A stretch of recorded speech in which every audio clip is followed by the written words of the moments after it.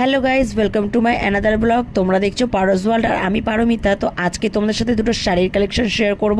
তোমরা অনেকেই আমাকে লাইভে এসে জিজ্ঞাসা করছিলে যে তোমার কি কেনাকাটা হয়ে গেছে, পুজোতে কি কিনলে, তাই তোমাদের উদ্দেশ্যেই কিন্তু এই ভিডিওটা নিয়ে আসা। দেখো, পুজোতে আমি এবছর সেরকমভাবে কিছুই কিনিনি, বাট বাড়ির লোককে যা যা কিনে দেওয়ার মোটামুটি কিনে দেওয়া হয়ে গেছে, কিন্তু নিজের জন্য কিছুই পছন্দ করে উঠতে পারিনি, কারণ আমি কনফিউজ ছিলাম যে আমি ওয়েস্টার্ন নেবো না এথনিক নেবো না শাড়ি নেবো, কিছুই বুঝতে পারছিলাম না।